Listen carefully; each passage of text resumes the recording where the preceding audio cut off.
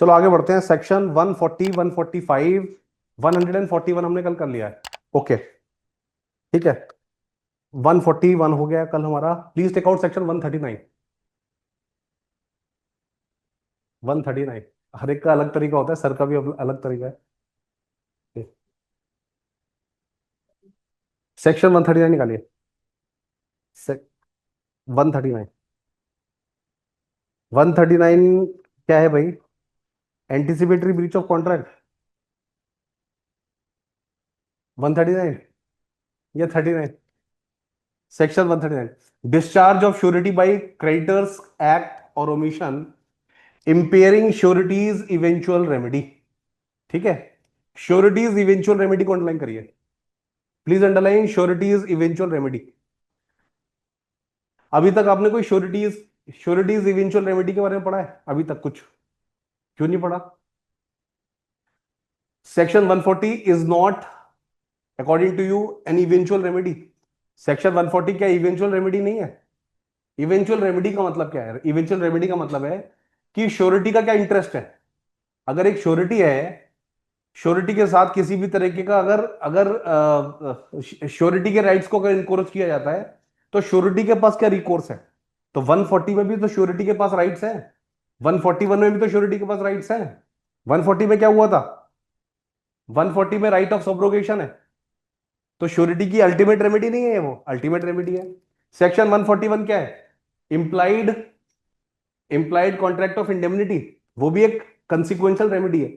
ठीक है, तो श्योरिटीज इवेंचुअल रेमेडी को अंडरलाइन करिए। श्योरिटीज इवेंचुअल रेमेडी को अंडरलाइन करिए, section 139। Section 139 surety's eventual remedy को अंडरलाइन करिए। श्योरिटीज इवेंचुअल रेमेडी को अंडरलाइन करिए। Discharge of surety by creditor's act और omission impairing surety's eventual remedy. Discharge of surety by creditor's act और omission impairing surety's eventual remedy, section 139। तो आज हम section 139 पढ़ेंगे। If the creditor does any act which is inconsistent with the rights of surety, if the creditor does any act which is inconsistent, if the creditor does any act which is inconsistent with the rights of the surety, इसको line करिए inconsistent को।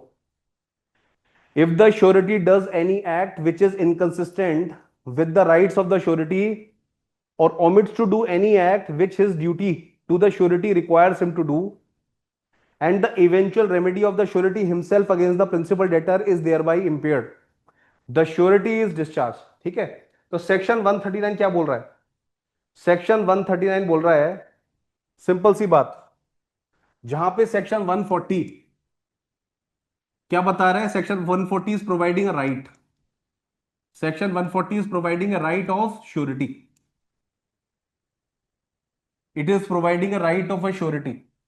ठीक है, section 145 is also providing a right of a surety, it is providing a right of a surety. Section 141 is also providing a right of surety. Section 140 में क्या था? Right of subrogation. Subrogation,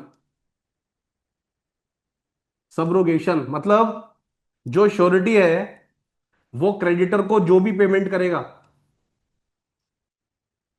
surety है जो creditor को जो भी payment करेगा, so all the rights which creditor had towards the principal debtor, all the rights will be acquired by the principal, all the rights will be acquired by the surety.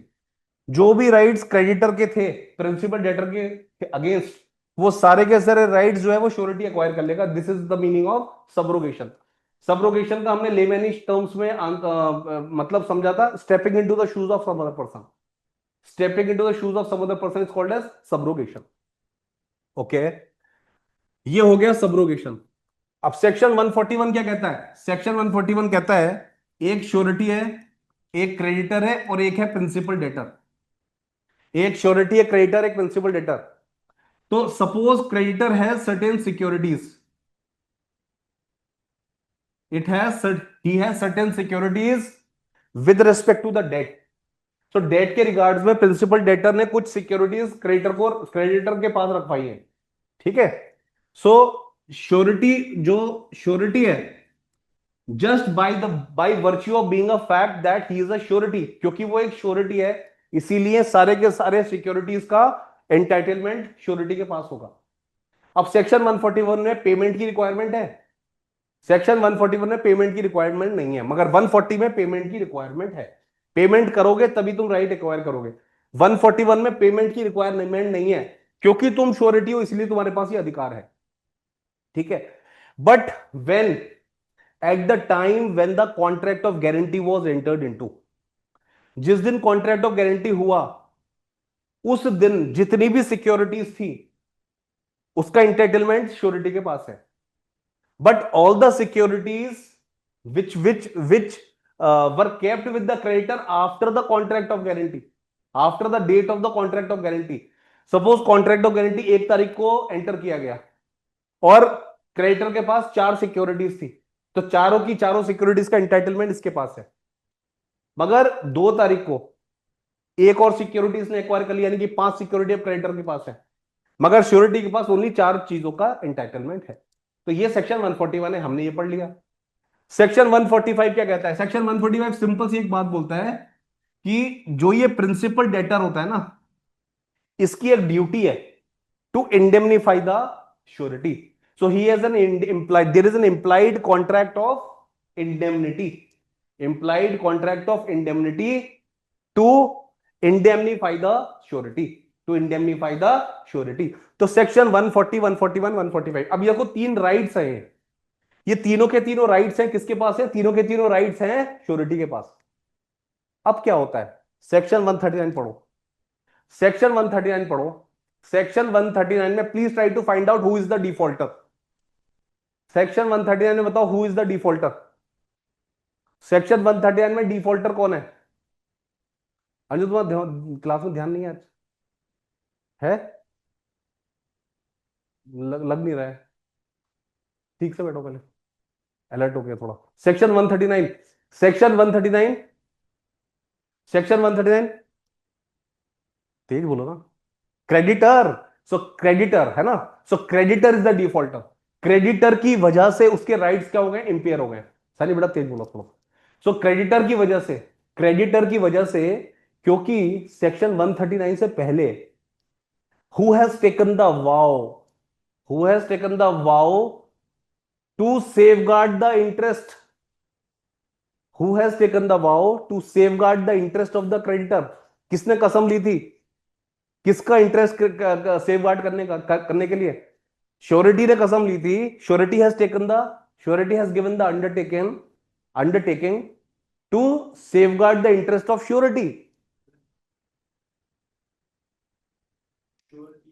Surety has given the undertaking to safeguard the interest of the creditor, है ना, कि तेरे हित के लिए मैं I will ensure that you get paid, and if he does not, if he doesn't pay you, I will pay you। तो contract of guarantee किसको दी जा रही है? क्रेडिटर को दी जा रही है। और क्रेडिटर ही क्या कर रहा है? अवहेलना कर रहा है। क्रेडिटर ही कुछ ऐसी हरकत करता है जिसकी वजह से तुम ये तीनों चीजें एंजॉय नहीं कर पाओगे। वो क्या कर सकता है? वो ऐसा कुछ कर सकता है, सेक्शन 141 में उसके पास कुछ डॉक्यूमेंट्स थे, वो क्या करता है? डॉक्यूमेंट्स को कहीं सप्लाई कर देता है, मतलब डॉक्यूमेंट्स को कहीं ट्रांसफर कर देता है। किसका इंटरेस्ट यहां पे डिफीट हो गया? श्योरिटी का इंटरेस्ट डिफीट हो गया, क्योंकि ये डॉक्यूमेंट पे अधिकार किसका था? श्योरिटी का था। और उसने क्या किया क्रेडिटर ने? अगर वो ऐसा करता है, अगर वो ऐसा करता है, अगर वो ऐसा करता है तो किसकी जिम्मेदारी है? जो श्योरिटी है, अगर वो ऐसा करता है तो श्योरिटी स्टैंड्स डिस्चार्ज्ड। श्योरिटी की जो लायबिलिटी है वो अब कंप्लीटली वॉश्ड आउट हो चुकी है, completely he has been disposed of his liability. अब उसकी कोई जिम्मेदारी नहीं है। अगर क्रेडिटर कुछ ऐसी एक्ट करता है जिससे अल्टीमेट रेमेडी से ये वंचित रह जाता है, he will be devoid of his ultimate remedy. And whose conduct it is? It is the conduct of the creditor. Section 139 contemplates that it is the conduct of the creditor. Creditor की वजह से वो अपने हितों का पूरी तरह से निर्वाह नहीं कर पा रहा है। He is not able to sustain the interest which the law has given to him. So section 139 contemplates a situation where because of the conduct of the creditor, he is not able to reap the benefits of the contract of guarantee. तो section 139 पढ़ेंगे दोबारा से एक बारी. If the creditor does any act which is inconsistent with the rights of the surety or omits to do any act which his duty to the surety requires him to do, and the eventual remedy of the surety himself against the principal debtor is thereby impaired, the surety is discharged. ठीक है. देखो section 139 और 140 में आप दोनों sections पढ़िए, मुझे difference बताइए पहले, मैं देखता हूं क्या डिफरेंस आपको पता है.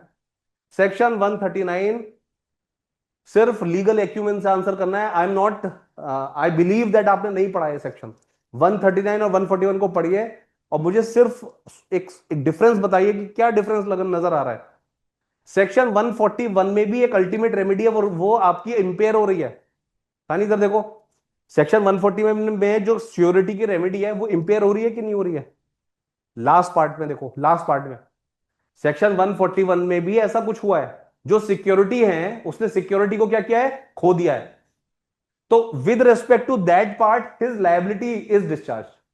मगर 139 contemplates a situation where he is not able to exercise his remedy. He is not able to exercise his remedy. And secondly, if he may be able to exercise his remedy is impaired. मतलब वो remedy exercise कर सकता था जिससे उसको relief मिलती 100 रुपए की, मगर अब वो एक्सरसाइज जो कर रहा है ना तो उसको सिर्फ 20 रुपए की रेमेडी मिल पा रही है. तो his remedy has been impaired substantially.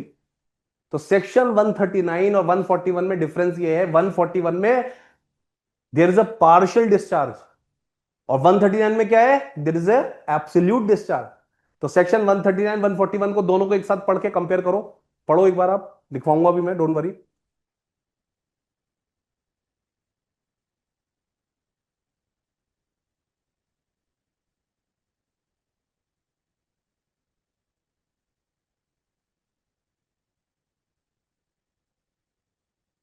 Section 139,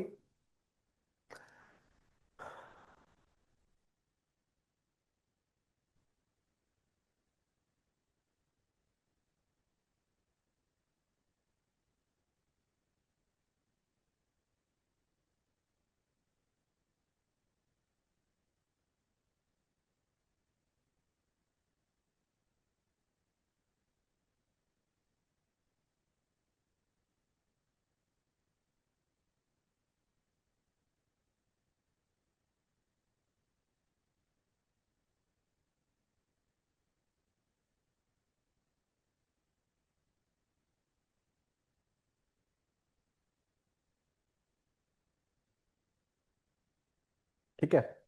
तो सेक्शन 139 के बारे में लिखो. Section 139, under section 139 the surety is completely discharge. Under section 139 the surety is completely discharge. Under section 139 the surety is completely discharge. Notebook में नहीं, notebook में. Under section 139 the surety is completely discharge.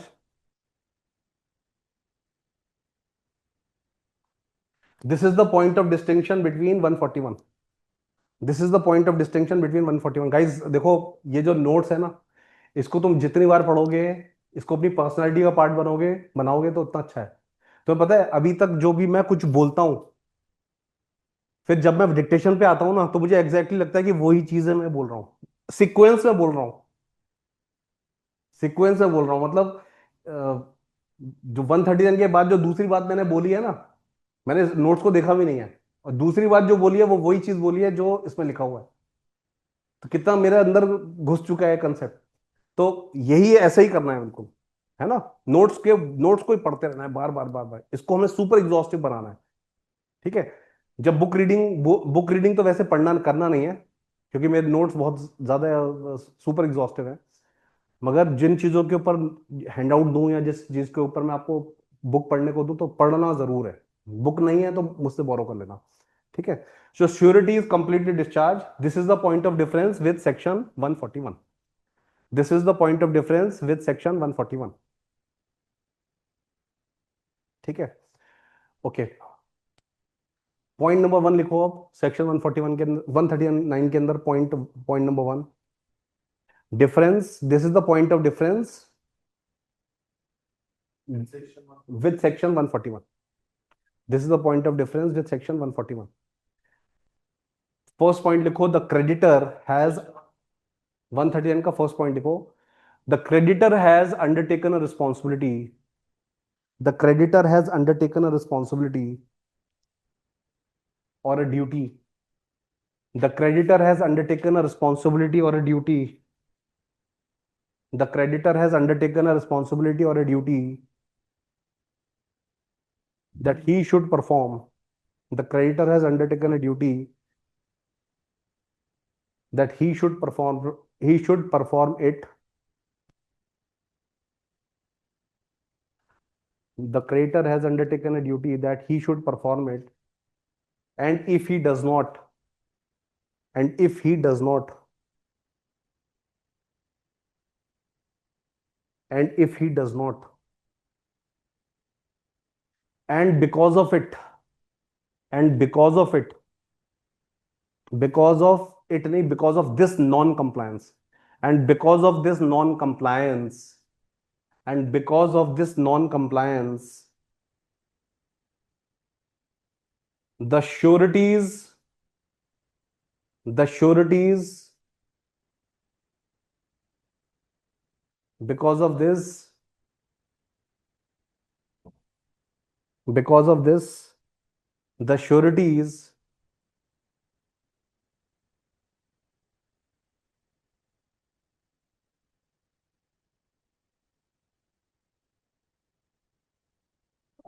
because of this, because of this non compliance, the sureties eventual remedy, the sureties eventual remedy is impaired, sureties eventual remedy is impaired. In that case, the sureties, नहीं, sentence continue करो, उसको comma लगा के, full stop नहीं लिखाओ। In that case the sureties,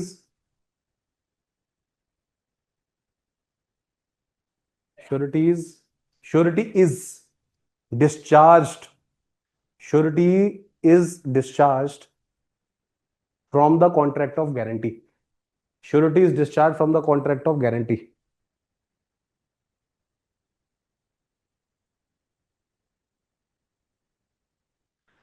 point number 2 लिखिए, if the creditor has done anything, if the creditor has done anything, if the creditor has done anything which affects, which affects, a wala, which affects the rights of the surety, which affects the right of the surety, which affects the right of the surety to take remedy,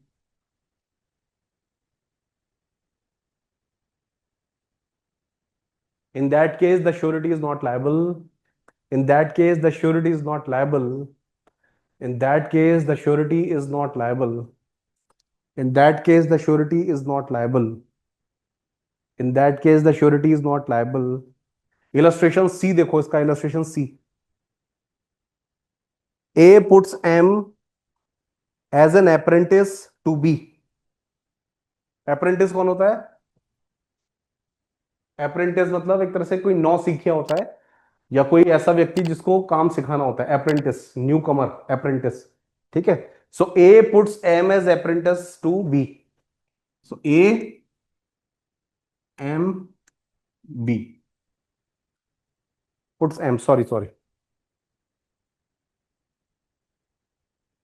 यहां पे B आएगा, यहां पे B आएगा, और यहां पे M आएगा।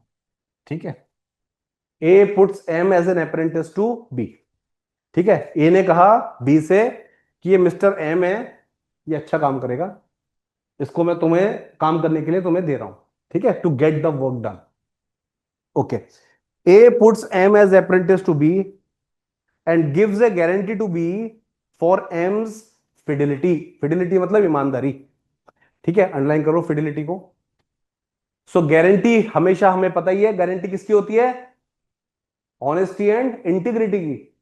तो A has given the guarantee of honesty and integrity of M, इसमें भी यही हो रहा है, फिडिलिटी। ओके, इस वर्ड को यूज करना फिडिलिटी को। ओके, आगे देखो, B promises on his part, B कौन है, creditor, promises on his part that he will at least once a month see M makes up the cash, makes up the cash, ठीक है। सो B ने कहा कि मैं भी एक काम करूंगा, I will also do an act, कि जो भी कमाई होगी ना उसका मैं अकाउंट करके रखूंगा, क्योंकि पैसे का मामला है, ईमान, किसी का भी ईमान डगमगा सकता है। मगर ये ने कहा भाई अभी तक के लिए तो ये ईमानदार आदमी है। इवन ऐसी एजेंसीज होती हैं, तो ए ने एम को हायर करवा दिया, मगर बी की भी तो ये ड्यूटी है। बी ने कहा कि देखो हम अपना जो इंटरनल काम है वो तो करेंगे ही करेंगे। तो अब क्या हो रहा है यहां पे देखो, B omits to see this done as promise. तो बी ने जो प्रॉमिस किया था उसकी अवहेलना कर दी, did not comply, B did not comply, B did not comply, that is he did not kept his promise, he did not perform the duty to make up the cash, make up the cash, Hindi में कहते हैं रोकड़ लगाना। रोकड़ लगाना एक तरीका होता है, एक आदमी होता है रोकड़ लगाता है, अकाउंटिंग, हाँ मतलब देसी भाषा में उसको कहते हैं रोकड़ लगाना। एक आदमी होता है वो, तुमने देखा रेड रेड रेड कलर के बही खाते टाइप के होते, तो उस पे ऐसे करके लेजर बनाना। Okay, so make up the cash. So B omits to see this done as promised and M embezzles, embezzles मतलब हेरा फेरी। सो M क्या करता है, Hera, he does the Hera Pheri, embezzles। A is not liable to be on his guarantee। so यहां पे A has been discharged, A has been discharged। भाई तुम्हारे company में आके थोड़ी देखूंगा कि कैसे काम करना है, वो तो तुमको खुद ही देखना पड़ेगा। So this is the perfect illustration of section 139। Section 139 में क्या हो रहा है, यहां पे बी ए से कहेगा भाई आप ही का दिया हुआ आदमी था, आप हमें, आपकी गारंटी थी इस आदमी की। वो कहेगा मेरी गारंटी थी सर बिल्कुल, मगर मैंने आपसे ये कहा था जिसको आपने एग्री भी करा था कि हम भी नजर रखेंगे, आपने क्या नजर रखी, आप तो बिल्कुल धंधे को छोड़ के चले गए एकदम से। तो ऐसे में मेरी कोई जिम्मेदारी नहीं है, ठीक है। तो section 141 renders, 141 renders discharge of as liability as a surety. ये इलस्ट्रेशन बना लो आप, मेक दिस इलस्ट्रेशन समझ में आई, अंजुम समझ में आया, पक्का, ओके।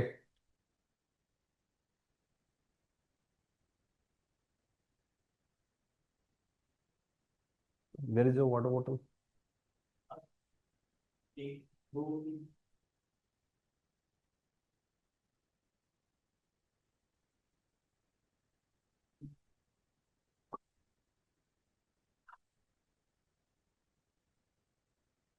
अरसलान आप सही क्लासेस चल रही हैं, रेगुलर भी हो, अब ब्रेक मत करना बिल्कुल भी, बीच में ब्रेक लग गया था, अब नहीं करना बिल्कुल। ओके,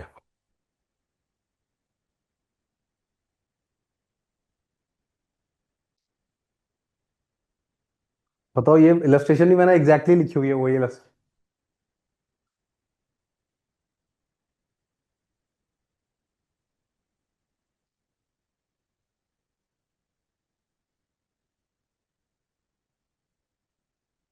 तुमको एक बात बताता हूँ क्या होता है,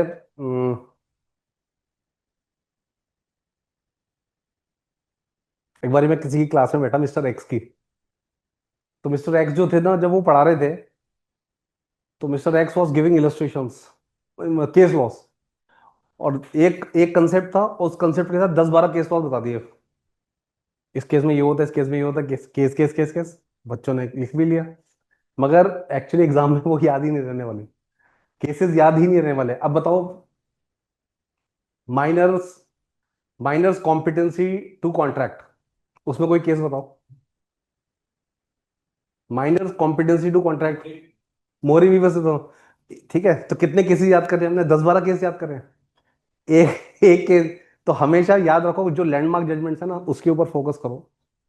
एग्जाम में कोई होगा यार, पता नहीं, हमें डिस्कस नहीं करना। मैं तुमको इलस्ट्रेशन दे रहा हूँ कि वो 10 चीजें मैं तुमको दे दूं, उससे फायदा नहीं है हमेशा।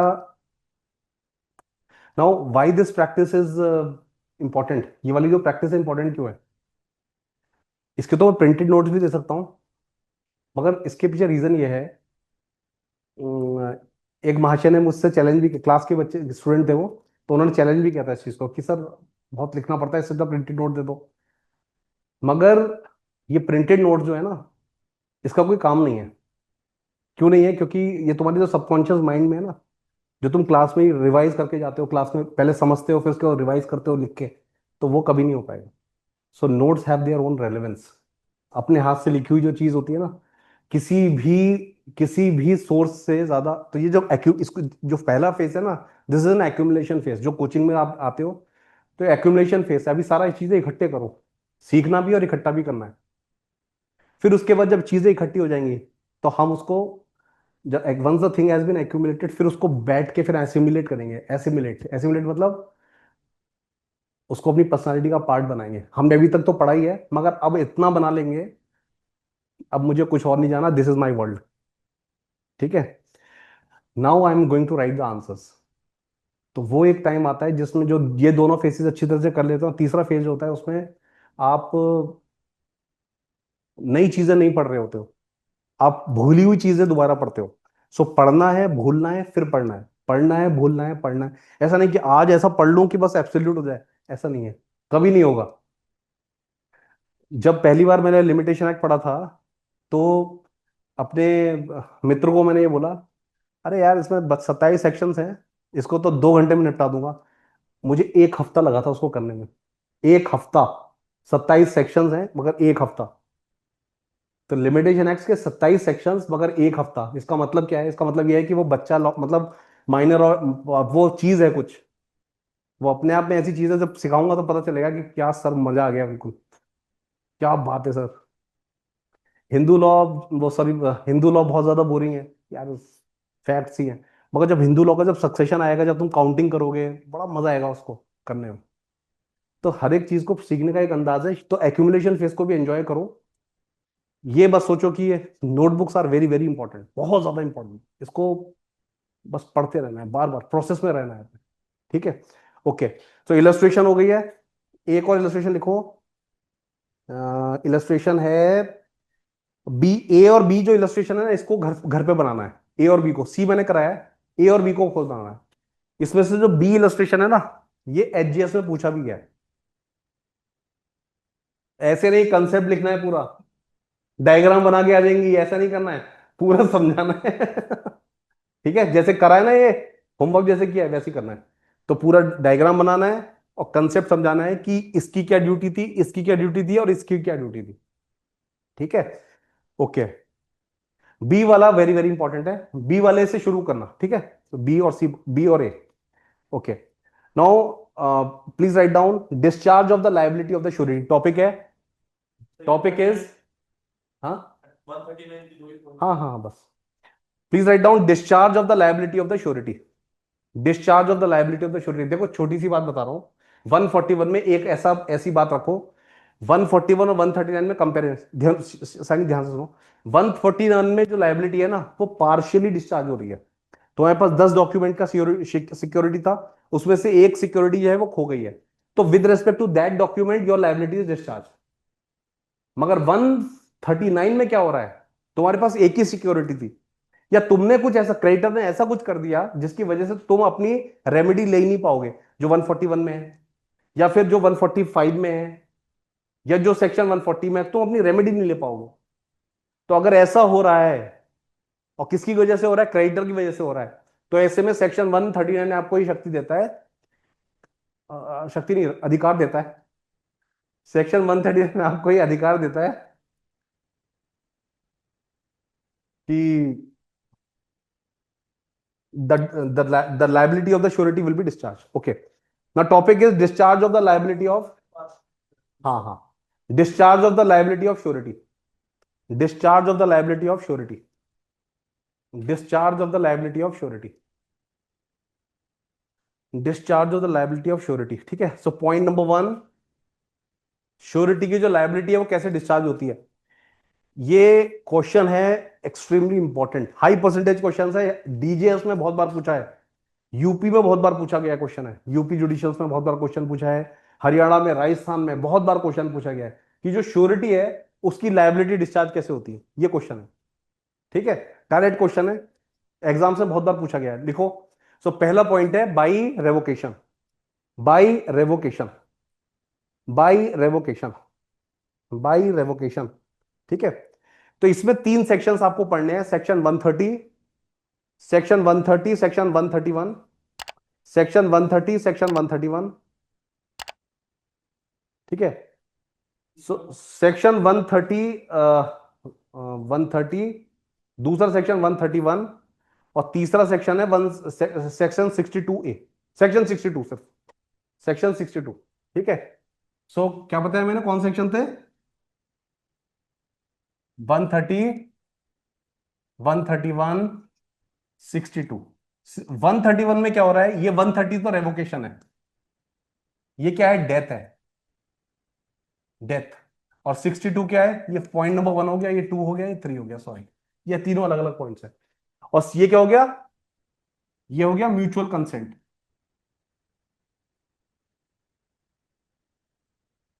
पढ़ो 130, पढ़ो। 130 is the case of continuing guarantee, 130 is the case of continuing guarantee, निकालिए 130 एक बार, सेक्शन 130। देखो जैसे मैं पढ़ा रहा हूं ना, देख रहे हो कूदा फादी कर रहे हैं, तो बेयर एक्ट भी ऐसे ही पढ़नी है। अगर आपने ये स्पेशल कॉन्ट्रैक्ट को पढ़ने की ये गुस्ताखी कर दी कि सीक्वेंस में पढ़ूंगा, तो it is a unruly horse, it can take you to the place where no one has ever gone. याद है ना, मुगनीराम मंगूर का तो कौन सा था, घेरूलाल पारिक वर्सेस महादेव दास, याद है, नहीं याद है, Gherulal Parikh versus Mahadev Das, wagering contract, Gherulal Parikh versus Mahadev Das. तो उसमें बोला गया था कि public policy is unruly horse, it can take you to the place where where no one has ever gone. तो ये ऐसा बेलगाम घोड़ा हो जाएगा कि तुम्हें ऐसी जगह पे ले जाके पटकेगा कि पता नहीं चल, तो सीक्वेंस में नहीं जाना है। स्पेशल कॉन्ट्रैक्ट का भी तरीका यही है, कूदाफांदी करते हुए। ठीक है, सो एक एक टॉपिक को उठाना है, जैसे अभी हमने टॉपिक पढ़ाया discharge of the liability of the surety. तो सेक्शन 130 से पहले, section 130 provides for continuing guarantee, but what is continuing guarantee, for that we have to read section 129। देखो क्या कहता है 129, a guarantee which extends to the series of transaction is called as a continuing guarantee। ठीक है, so extends to the series of transaction को block में ले लीजिए। ठीक है, extends to the series of transaction का मतलब क्या है, that is guarantee does not come, guarantee does not come to an end after a transaction, का मतलब यह है, बेरक में लिख लो, guarantee does not come to an end after the end of the transaction. So guarantee doesn't come to an end after the end of the transaction, guarantee doesn't come to an end after the end of the transaction. So guarantee doesn't come to an end after the end of the transaction.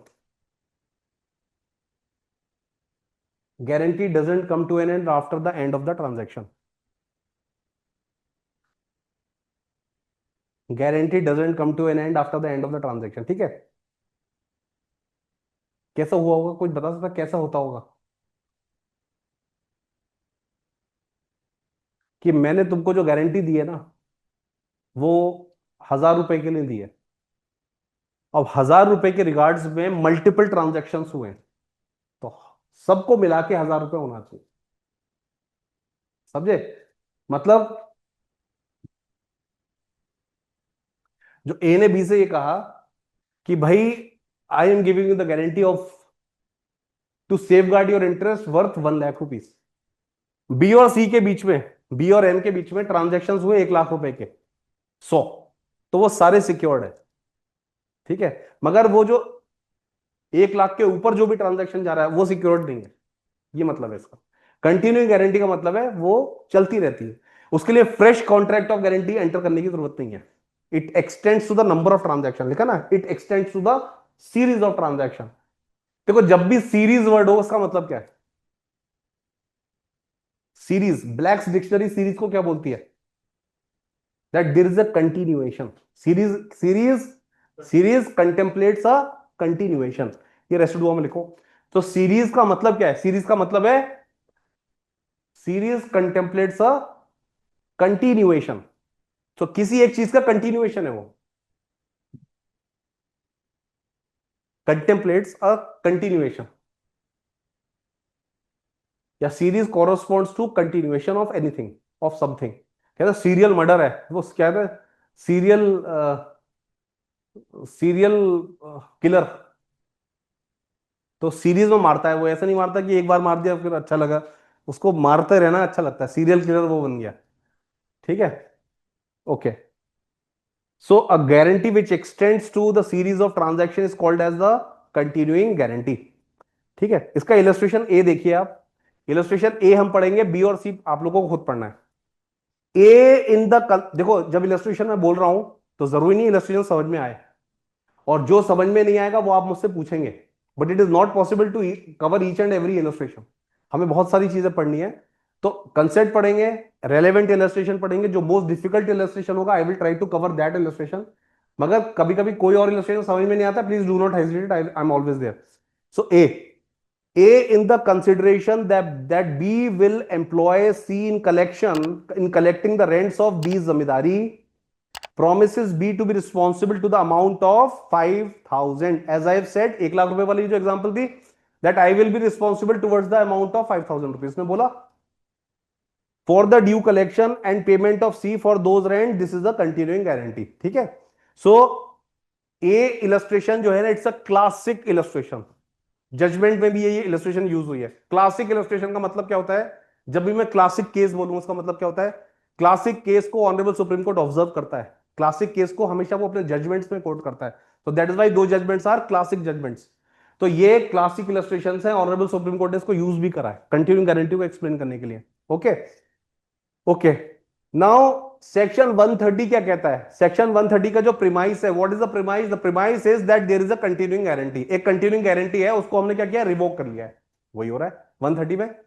So a continuing guarantee may at any time be revoked by the surety as to the future transaction by notice to the creditor. ठीक है, so इसमें notice is very very important, इसको underline कर लो। Notice, notice is very very important, notice is very very important.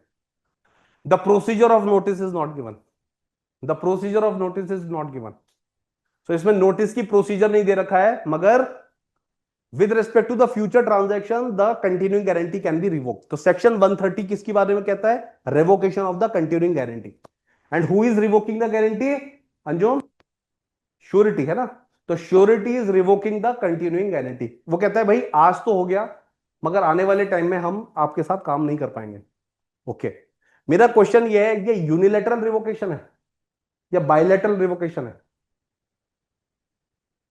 इसमें section 130 में क्या creditor ये कह सकता है भाई आपने गारंटी दी बहुत बढ़िया किया, अगली बार से गारंटी मत देना? 130 में पढ़ो, मैं दिमाग, दिमाग से आंसर दे रहे हैं, बताइए आप, पढ़ के दो आंसर। 130 में,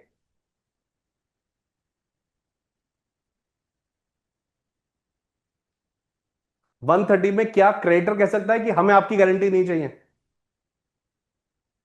यूनिलेटरल है, वेरी गुड। तो सेक्शन 130 में it's a unilateral guarantee, unilateral revocation. क्या मैं 130 को 19A के साथ कंपेयर कर सकता हूं? बिल्कुल कर सकता हूं।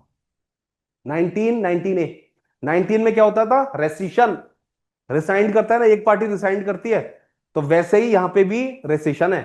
मगर 19 में क्या होता है? It's a contractual rescission. मगर यहां पे क्या हो रहा है? यहां पे भी कॉन्ट्रैक्चुअल रेसिशन है, 19 में भी कॉन्ट्रैक्चुअल है। सो 19 और इसको कंपेयर कर सकते हो, 19 एंड 130 को कंपेयर कर सकते हो। 19 को, 19 ए को 130 के साथ कंपेयर कर सकते हो। ठीक है, देखो कंपेयर कर सकते हो, मगर दोनों सेम नहीं है। क्यों नहीं है? बताओ क्यों नहीं है सेम? 130 तो मैंने समझा दिया, अभी तुमने 19 नहीं पढ़ा है, तो आपसे एक्सपेक्टेशन नहीं है अभी। आप बताओ 19 और 130 में डिफरेंस क्या है? आंसर देना पड़ेगा बिल्कुल।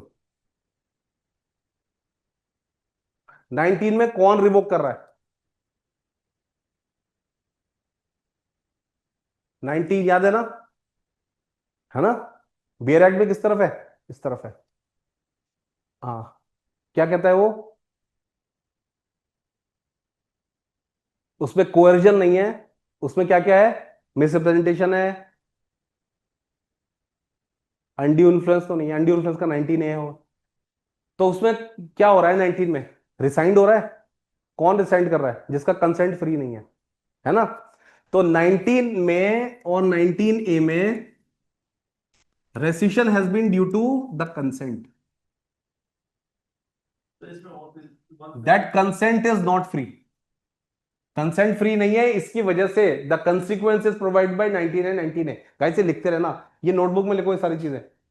19 और 19 ए में कंसेंट क्यों, क्या टॉपिक क्या है? टॉपिक टॉपिक कुछ नहीं है, मैं आपको ये बता रहा हूं कि how 1919 A can be compared with section 130। 1919 ए में ये क्वेश्चन तुम लोगों को पूछना चाहिए था मुझसे, मैं खुद ही पूछ पूछ के बता रहा हूं, अपने आप से पूछ रहा हूं और फिर खुद बता रहा हूं। 19 और 19 ए में कोई बात नहीं, सोचने की जरूरत नहीं है, ये इंपॉर्टेंट क्वेश्चन है, मैं डिस्कस करूंगा। तो 19 और 19 ए में the the consent of the party is not free, it is not a free consent. तो फ्री कंसेंट नहीं होता तो contract is voidable at his option. तो this is a voidable contract, है ना? तो 19 और 19 ए में वो क्या करेगा? यूनिलैटरली रिसाइन कर लेगा, यूनिलैटरली रिसाइन कर लेगा। ओके। 130 में व्हाट इज द रीजन? 130 में what is the reason, please tell me, जिसकी वजह से वो रिवोक कर रहा है? 130 में what is the reason because of which he is revoking? Notice तो तरीका है, रीजन है कोई? 130 में कोई रीजन नहीं है, सो 130 में कोई रीजन नहीं है।